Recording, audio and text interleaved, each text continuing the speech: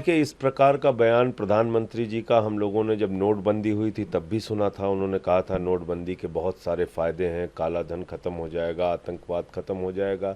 GST लागू की तो उन्होंने कहा कि हिंदुस्तान को दूसरी आज़ादी मिल रही है, व्यापारियों को इससे बहुत बड़ा फायदा होगा, आम जनता को फायदा होगा।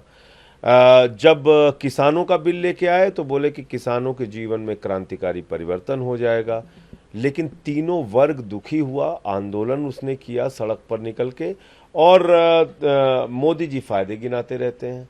अग्निपथ का अगर इतना अच्छा फायदा है तो मैं तो कह रहा हूं सबसे पहले इसका फायदा भारतीय जनता पार्टी के नेताओं को मिलना चाहिए।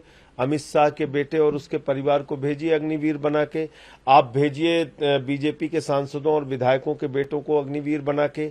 और अग्निवीर के बारे में इनकी सोच और धारणा क्या है? इनके केंद्रीय मंत्री किशन रेड्डी जी कह रहे हैं धोबी का काम, नाई का काम, इलेक्ट्रीशियन का काम, ड्राइवर का काम, इसकी ट्रेनिंग हम देंगे और उन लोगों को धोबी नाई बनाया जा सकता है अग्निवीरों को।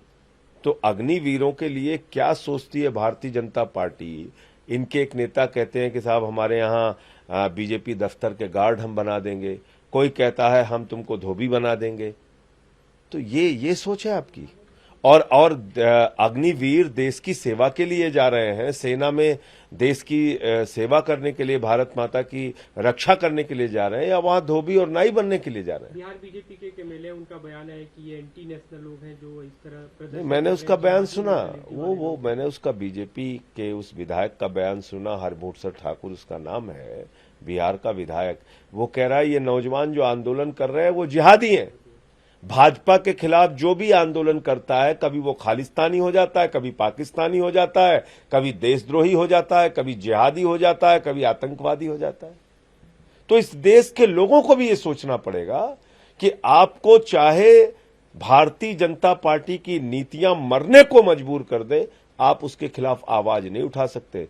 और सिर्फ मुसलमान का सवाल नहीं है, हिंदू हो, सिख हो, ईसाई हो, मुसलमान हो, कोई भी वर्ग हो, अगर इनके खिलाफ आंदोलन करेगा या आवाज उठाएगा, भाजपा की निगाह में वो देशद्रोही, आतंकवादी और जिहादी है। ये इनका साफ तौर पे मानना है। और मैं देख रहा हूं कि भाजपा के तमाम नेता टीवी चैनल पे आ रहे हैं, कह रहे हैं सेना देश सेवा है, सेना कमाई का जरिया नहीं है। बहुत अच्छी बात है। तो सेना देश सेवा है और राजनीति लूटने का जरिया है। अगर सेना देश सेवा है तो राजनीति भी देश सेवा है। सांसदों के, विधायकों के, मुख्यमंत्री के, प्रधानमंत्री के सारी सुविधाएं खत्म कीजिए। देश के प्रधानमंत्री 12 करोड़ की गाड़ी में घूमेंगे, देश के प्रधानमंत्री हजारों करोड़ की जहाज में घूमेंगे, देश के विधायक और सांसद लाखों की सैलरी लेंगे, बड़ा घर लेंगे, बंगला लेंगे। बंद कीजिए ये सारी सुविधाएं। क्या राजनीति देश सेवा नहीं है? तो इस तरह के भाषण देके वही देश सेवा अपने बेटों को कराने के लिए भेजिए ना। मैं कह तो रहा हूं मोदी जी अपने भतीजों को भेज दें अग्निवीर बना के, अगर इतनी अच्छी योजना है तो ये देश के युवाओं के साथ, मैंने पहले दिन कहा था, फिर दोहरा रहा हूं, उनके पेट और पीठ दोनों पे लात मारने का काम मोदी जी की सरकार ने किया है। और इसके साथ साथ सबसे बड़ा जो सवाल है, भारत माता की सुरक्षा के साथ मोदी सरकार ने गद्दारी की है। भारत की सेना के साथ नरेंद्र मोदी की सरकार ने गद्दारी की है।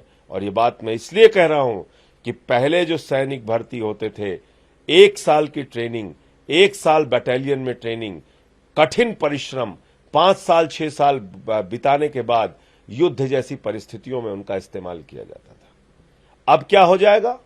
किसी इमरजेंसी सिचुएशन में आपके पास 6 महीने के ट्रेंड जवान होंगे जिनकी नौकरी का भी कोई भरोसा नहीं होगा। उनको आप शहीद तक का दर्जा नहीं देंगे, उनको कोई मेडल नहीं मिलेगा, अशोक चक्र, परमवीर चक्र नहीं मिलेगा, उनको कोई पेंशन नहीं मिलेगी, उनको कोई मेडिकल की सुविधा नहीं मिलेगी, उनके पास कोई कैंटीन का कार्ड तक नहीं होगा। बताइए, सेना में जाने वाले, देश सेवा की भावना से जाने वाले, भारत माता की रक्षा करने के लिए जाने वाले जवानों के पास क्या प्रेरणा होगी, क्या मोटिवेशन होगा? क्या करेंगे वो? उनके परिवार की सुरक्षा आप नहीं कर रहे। उनको पेंशन की सुविधा आप नहीं दे रहे, उनको मेडिकल की सुविधा आप नहीं दे रहे, उनको शहीद आप मान नहीं रहे, उनको आप मेडल तक दे नहीं रहे, तो बातें आप बड़ी बड़ी करते हैं। अग्निवीर योजना युवाओं को अग्नि में झोंकने की योजना है। देखिए, भारतीय जनता पार्टी पूरे देश में और खासतौर से अमित शाह एंड गैंग जो है भाजपा की, वो हर राज्य में सरकारों को अस्थिर करने में लगी हुई है। हर राज्य में तोड़फोड़ की इनकी राजनीति चलती है और यही काम ये शिवसेना के साथ कर रहे हैं महाराष्ट्र के अंदर। मुझे लगता है भारत के सुप्रीम कोर्ट को इस बात का संज्ञान लेना चाहिए, हस्तक्षेप करना चाहिए। अगर इसी तरह से राज्य दर राज्य, कभी कर्नाटक में, कभी अरुणाचल में, कभी उत्तराखंड में, कभी मध्य प्रदेश में सरकारें टूटती रहेंगी, तोड़फोड़ होता रहेगा, खरीद फरोख्त होती रहेगी, तो क्या लोगों के मन में क्या भावना जाएगी कि हमारी देश की राजनीति को कितना बड़ा घुन और बीमारी लग गई है। तो ये तोड़फोड़ की राजनीति जो है, इस पे एक सख्त कानून भी इस देश के अंदर बनना चाहिए और ये बंद होना चाहिए।